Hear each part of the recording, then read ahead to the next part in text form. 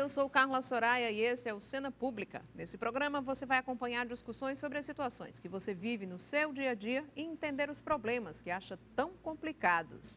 Vamos discutir com os nossos convidados que vão trazer informações e te explicar tudo de maneira bem simples. Participe, se conecte conosco através das redes sociais, Instagram, Facebook, e você encontra a íntegra das entrevistas no YouTube da TV Ceará. Pode também fazer busca e marcar a hashtag Cena Pública.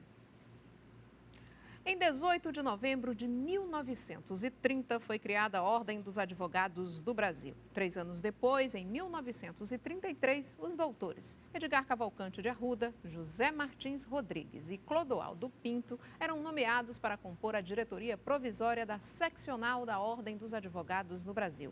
Dr. Edgar de Arruda foi eleito presidente da diretoria e instalada a diretoria provisória da OAB. De lá para cá, já são quase 88 anos de luta em defesa da cidadania. Milhares de questões individuais, além das próprias questões internas, como igualdade de gênero nos quadros da própria OAB, que durante muitos anos foi comandada apenas por homens.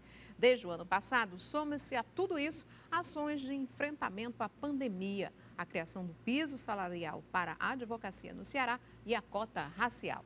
A OAB Ceará e os novos rumos são os nossos temas de hoje no Cena Pública. E eu vou apresentar para vocês os nossos convidados do programa de hoje. Dou as boas-vindas ao presidente da OAB Ceará, Erinaldo Dantas. Muito grata por sua participação. Obrigado, Carla Soraya. Obrigado a todos os espectadores. Junto com ele, o conselheiro federal da OAB, André Costa. Bem-vindo também, André. Muito obrigado, Carla Soraya. É um prazer estar aqui no programa. O prazer é todo meu em recebê-los. E, diante de tudo isso que a gente está vendo, eu não poderia começar a nossa conversa que não fosse com o enfrentamento à pandemia, né? Comentávamos aqui nos bastidores, antes do início dessa nossa conversa, das liminares que foram colocadas desde o ano passado, quando se diz assim, as aglomerações aconteceram e esse caos que está instalado aí foi por conta das eleições.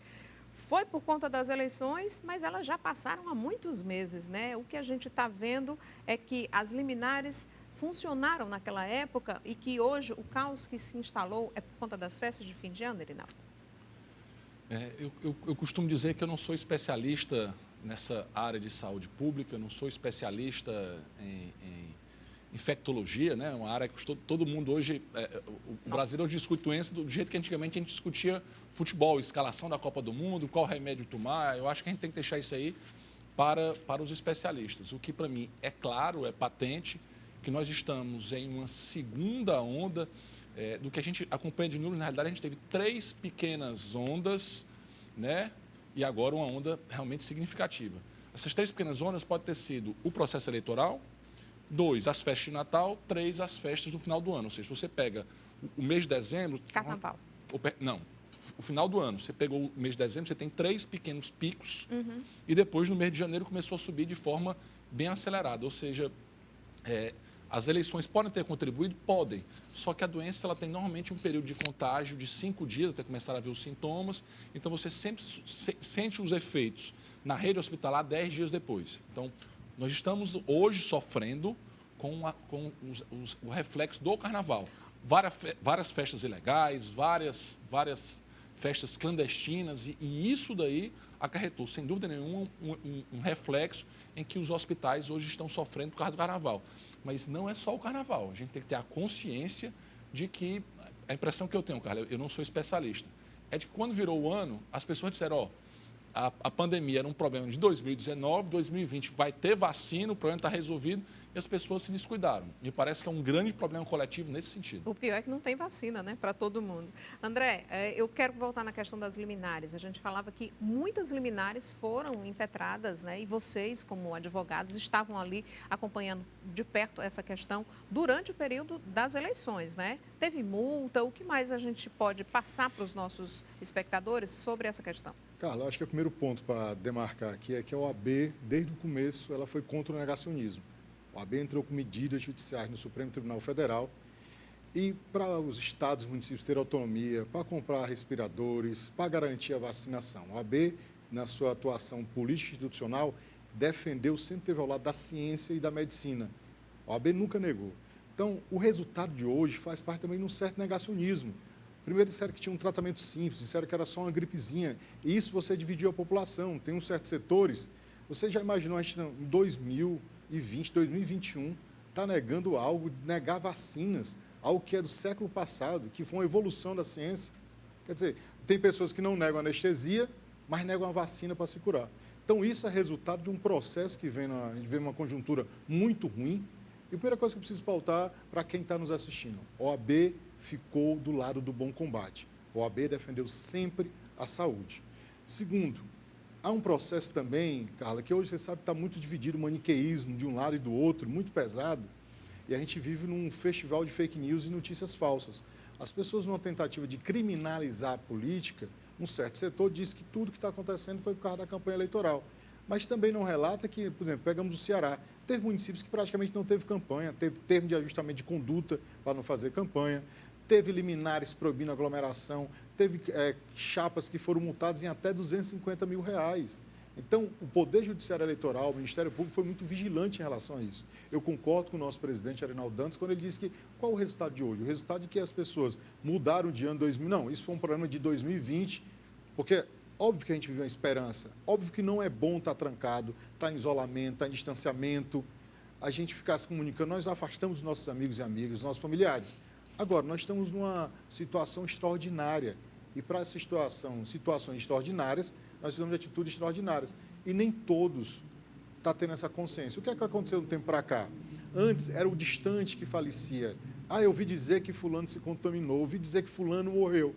Só que como está se aproximando de nós estamos tendo outra perspectiva. Basta ler os jornais. Não vá, eu quero dizer para quem está nos assistindo, não entre só na história do que está na rede social. Lê os jornais, assiste a TV Ceará e outros canais, para você ver os dados, para você perceber a realidade. Vivemos um momento muito difícil, o que nós podemos transmitir enquanto OAB, porque é um papel institucional da OAB, a defesa do Estado Democrático de Direito, a defesa dos direitos humanos, a defesa da ordem constitucional, a defesa da saúde.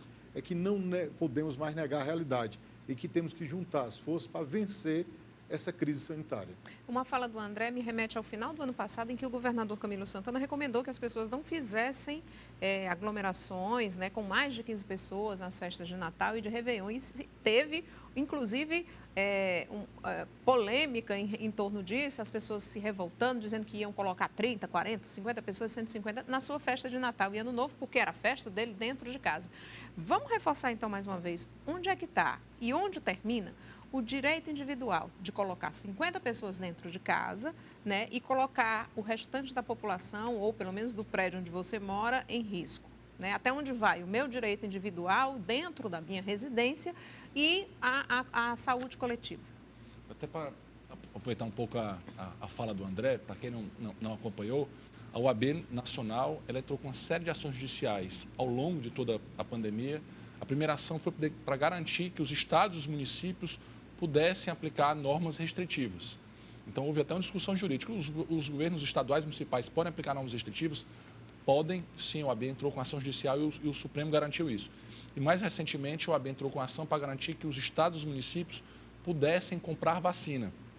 Porque muita gente está nos assistindo e está dizendo, o problema resolve com vacina. Resolve, mas é necessário que as vacinas sejam compradas. E o governo federal monopolizou a compra de vacinas. Por exemplo, a Ordem tem interesse de comprar vacinas e vacinar os seus inscritos.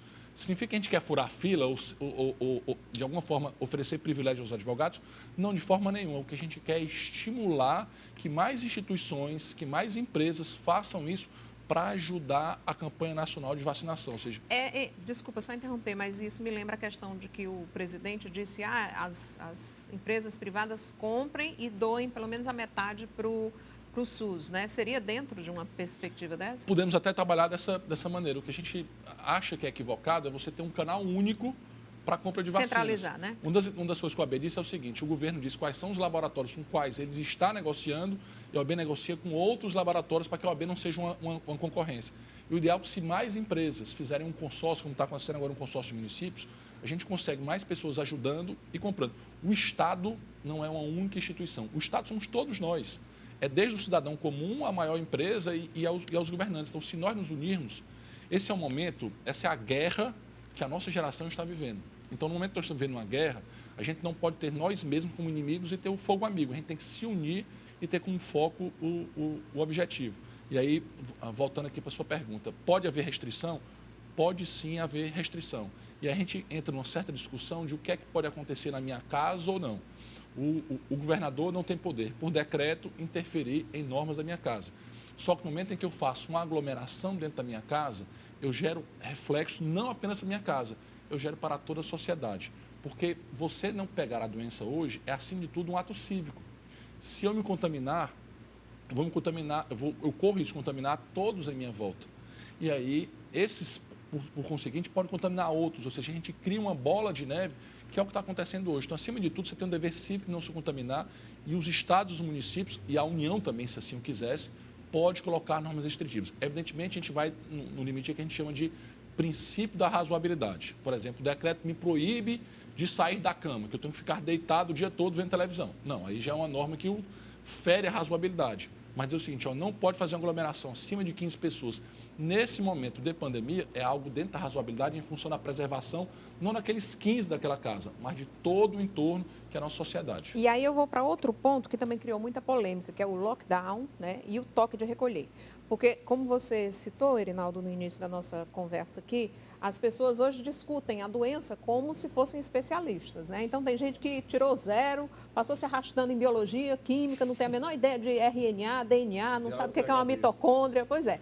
E agora é especialista em vírus, né? Então, tem gente que também virou especialista em direito. Então, fala do direito de ir e vir, que eu não posso ser proibido de sair de determinado horário até determinado horário, que isso não está na Constituição. O que é que a gente pode falar para essas pessoas, né? Até onde vai o seu direito de ir e vir, né? Diante de um lockdown, que a gente não sabe se vai ter, né? Mas a situação não nos deixa enxergar muita positividade no futuro, ou desse toque de recolher, que não só aqui no Ceará, mas outras cidades do país estão implementando. Eu vou começar aqui, eu dizer assim, primeira coisa que a gente vive num Estado democrático de direito. A gente vive em sociedade, não vive isolado, vive numa ilha. E a Constituição fala em solidariedade, entendeu? Então, as pessoas assim, falam muito direito, eu tenho o direito de sair, mas eu não vejo essas mesmas pessoas se queixando, dizendo assim, não, eu quero ir ajudar no hospital, eu quero evitar que as pessoas se contaminem. É engraçado que traz para si, né, a Constituição, porque o meu direito de vir, ou seja, vai ao extremo individualismo. A gente está, como o presidente acabou de colocar, e todo mundo está percebendo quem tem a cabeça no lugar. Estamos vivendo um momento muito difícil. São 250 mortes. Se alguém não tem percepção do que são 250 mortes, imagine na sua cabeça 250 mil caixões, um ao lado do outro. Imagine 250 mil pessoas, se você estivesse olhando determinado local, lá de cima, olhar, acho que são aglomeração de 250 mil pessoas, pessoas próximas, já tem familiares, médicos, pessoas que estão atendendo. Se você acha que o direito de vir está sendo prejudicado, pense no enfermeiro, pense no médico que está lá no hospital cuidando de alguém. Eu tive uma experiência agora recente, pessoal, não de mim, mas de um familiar, de que foi adoentado por outro motivo e a dificuldade. Ficou no corredor porque não tinha leito, porque os leitos... E aí, antes do programa, você mesmo comentava, as pessoas, mas tem 90% e os 10%. O mundo não parou, a vida não parou, as pessoas continuam adoecendo de outros problemas, entendeu? E então, assim, quando fala em Constituição, eu penso assim, você leu a Constituição toda ou está lendo só o capítulo que lhe interessa? Que interessa. E a solidariedade, o respeito ao outro. Se eu falar em direito social, em direito à saúde, quer dizer, você está contaminando, você tem que pensar nos outros. Então, há muito esse debate, Soraya, porque está uma ideologia, uma predisposição de dizer assim, eu tenho direitos. Pessoas que nunca... Porque tem uma curiosidade. Por um lado, criticam a Constituição e pedem o AI-5 de volta, pedem os militares de volta. E, por outro lado, quando acontece um fato, não, mas meu direito está na Constituição. Sim, e o seu direito de viver em comunidade? Porque não existe só direitos, existem deveres. Então, quando você limita o outro, Claro que ninguém está feliz de não poder ir para uma praia, para um cinema, para um teatro, mas você está abrindo mão de algo agora para ter algo bem maior depois, ou algo muito mais importante agora, ou para ter que a é a vida. Né? Entendeu? E esse dilema, eu quero terminar assim, as pessoas falam de dilema sobre a economia e a vida. Se nós tivéssemos feito um lockdown lá atrás, né, não tivesse esse, todo mundo se juntasse uma força só, não estaria o resultado de hoje. E as pessoas falam em lockdown, Carla, onde foi que está o lockdown mesmo? Ninguém tem lockdown. Nós temos toque de recolher, tem restrição, tem uma vigilância maior. Agora, os números estão aí. Geralmente, quando alguém fica se questionando, diz, pai, faz o seguinte, visite um hospital. Já que você está achando que é coisa do governo, dos governos, ou de prefeitura A e B, escute o presidente da Unimed. todo final de tarde, ou dia sim, dia não, ele lança um vídeo. Uma cooperativa particular. A realidade está aí. Semana passada, não sei se o presidente viu, uma gravação no hospital, acho que é na Guanambi, botaram um banner lá fora. O hospital está com todas as UTIs latadas. Não cabe mais ninguém. Botaram na entrada do hospital para as pessoas perceberem. Então, é difícil, mas a gente, nesse processo, é importante participar de programas como esse, para que as pessoas, a maioria, pelo menos, se não todos, tomem consciência que vivemos um momento difícil e que perder ou restringir direitos agora vai ser para a gente viver e para viver melhor depois. Carla, não é bem isso, não. Para quem é advogado, para quem é jurista, vai entender o que eu estou falando, mas para o público em geral, o que é que nós temos? O seu direito, ele se encerra no momento que incomoda o direito de outra pessoa. Não é bem isso, não, mas é mais ou menos isso. Então, você tem um direito de livre circulação, de ir e de vir. De não usar máscara. Né? De não... Tem a grande confusão da máscara, né? Ou usar máscara com o nariz de fora, ou no queijo. O seu direito se encerra no momento em que incomoda o direito de outra pessoa. Então, não é bem isso, não, mas é mais ou menos isso para o público. Senão a gente vai estar discutindo aqui teoria geral do direito, mas assim, para o cidadão comum entender, o seu direito se encerra no momento que incomoda o direito de outro. E todos têm direito à saúde. Saúde é um direito de todos, um dever do Estado. Diante dessa questão aí, deixa eu só reforçar que nós estamos mantendo as medidas de segurança e todas as medidas sanitárias são realizadas. Antes que a gente entre no estúdio, ele é desinfectado, passa por uma higienização. Nós estamos num distanciamento aqui, até que vou pedir para os meninos abrirem a imagem aí do geral para mostrar o nosso distanciamento. As cadeiras estão voltadas para as laterais para que não tenha nenhum risco de contaminação aqui. Então, mantemos esse cuidado. Quando não é possível termos os nossos convidados aqui, fazemos através de vídeo chamada a participação deles no nosso Cena Pública. Agora, tem uma questão. Vocês, do OAB, têm integrantes no comitê que discute as questões sobre a Covid, sobre lockdown, sobre as decisões do governo? Existem dois comitês. Existe o comitê deliberativo, existe o comitê geral que tem todas as instituições. A OAB está nesse comitê. Inclusive, sou eu o representante, o comitê ele tem como representante, normalmente, os presidentes das instituições. Então, eu, na presidente da OAB, tenho o presidente da FIEC, o presidente da FEComércio, enfim, a presidente do Tribunal de Justiça, o presidente da Assembleia. O Sarto, por exemplo, ele estava como presidente da Assembleia e depois passou a integrar como prefeito de Fortaleza. Então, esse comitê ele se reúne uma vez a cada 15 dias. Nós recebemos os números, por isso que eu disse para vocês, foram 3 picos em dezembro, 3 picos pequenos, nada comparado com a onda que a gente teve no começo do ano, e a partir de janeiro começou a aumentar de forma significativa. Esses números a gente recebe com regularidade e o governador, junto com a sua equipe, junto com o doutor Cabeto, junto com todos os especialistas, eles nos explicam as razões pelas medidas. Inclusive, tive a oportunidade de falar em uma das reuniões de que se ele tivesse, por exemplo, no Ministério da Saúde, eu acho que o Brasil estaria numa situação bem melhor face à organização que a gente sente por parte do Estado. É perfeito? Não. Nada é perfeito, a gente enfrenta uma série de dificuldades, erros são cometidos por todos nós. Mas o importante é que a gente tente resolver sempre da melhor forma possível, que é o quê? Com tranquilidade e com base em laudos técnicos, sem estar inventando, sem estar excluindo. Por exemplo, o André defendeu que a gente deveria ter feito um lockdown. Eu já penso que, se a gente tivesse um maior rigor por parte da população em normas técnicas de segurança, a gente poderia ter caminhado esse tempo todo como nós caminhamos até dezembro, sem essa crise que nós estamos enfrentando agora. Essa crise é fruto de um descontrole. Então, se a gente tivesse mantido um controle maior, um rigor maior no contato, no controle, a gente talvez não estivesse vivenciando o que a gente está vivenciando hoje. E a gente acaba vivendo crises dentro da própria crise grande, que acabam fazendo aí uma confusão maior ainda na cabeça das pessoas. Recentemente, a gente teve a visita do presidente Jair Bolsonaro, vários pedidos de que fossem mantidas as distâncias, evitadas as aglomerações, mas não foi isso que se viu, A gente tem também na questão nacional, e aí eu pediria também ao André, que é conselheiro federal, para falar sobre essas disparidades dentro da própria OAB, dentro da própria ordem, porque o presidente Felipe Santana, que é presidente nacional da OAB, ele vai pedir... Felipe Santa Cruz, ele pediu uma ação contra a Ordem dos Advogados Conservadores do Brasil.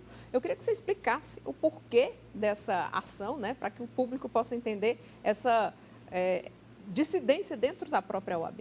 Na verdade, não é uma dissidência dentro da OAB. Foi criada uma nova? Não foi criada uma nova também. Na verdade, é um grupo de advogados, acho que uns 10, 15 da Paraíba, que criaram essa ordem.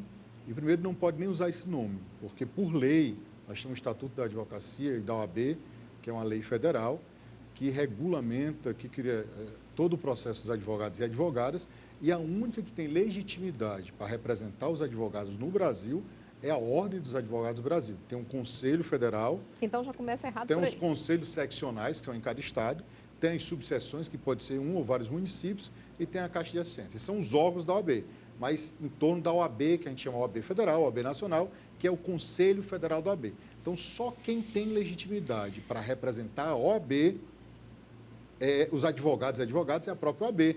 Então, isso não tem discussão. Na verdade, é uma forma, a criação desse nome é uma forma de enganar a população e enganar os advogados e advogadas. E não deixa de ser uma provocação com a OAB. Aí você percebe que ela já foi... A OAB é uma instituição que tem seu viés de política institucional e tem seu viés corporativista e tal, mas é uma instituição que não tem vínculos partidários ou com nenhuma candidatura, nenhum político.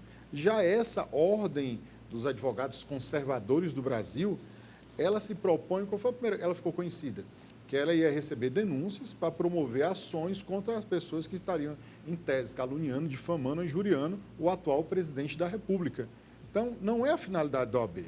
A finalidade da OAB é outra, então não se confunde, então não há divisão. Claro que no universo, nós temos hoje, Carla Soares, no Brasil, quase 1.300.000 advogados e advogadas. São essa quantidade de inscritos no Brasil. No Ceará, nosso presidente pode falar com mais propriedade, somos 45 mil inscritos e inscritas.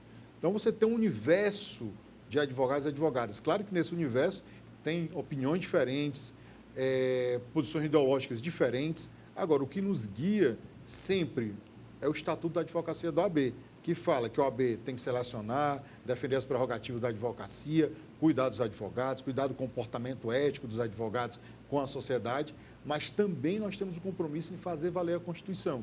E alguns, às vezes, acham que isso é uma atitude político-partidária. E não é. A OAB, desde que foi criada, ela tem posições, tanto que ela pediu impeachment do ex-presidente Fernando Collor, como também pediu impeachment da presidente, ainda que eu discordasse, ou outra pessoa concordasse, discordasse, da presidenta, então presidenta Dilma Rousseff, pediu do Michel Temer. Então, a OAB é uma instituição acima dessas disputas partidárias. É claro que o nosso viés da OAB é sempre defendendo a cidadania, a Constituição e hoje, mais do que nunca, o Estado democrático de direito. A gente vai ter que fazer um rápido intervalo, mas o André, o nosso convidado, citou aqui a questão do impeachment, né? E tem uma discussão interna na OAB sobre um novo pedido de impeachment, desta vez contra o presidente Jair Bolsonaro. A gente vai também discutir sobre as questões internas da OAB, né? O piso salarial, a questão de paridade de gêneros, tudo isso daqui a pouquinho, depois do intervalo. Não esqueça, acompanhe as nossas transmissões nas redes sociais. Os bastidores estão no Instagram, @TV Ceará. E a íntegra da entrevista você vai encontrar no YouTube da TV Ceará. Você também pode fazer busca e marcar a hashtag Cena Pública. Até já!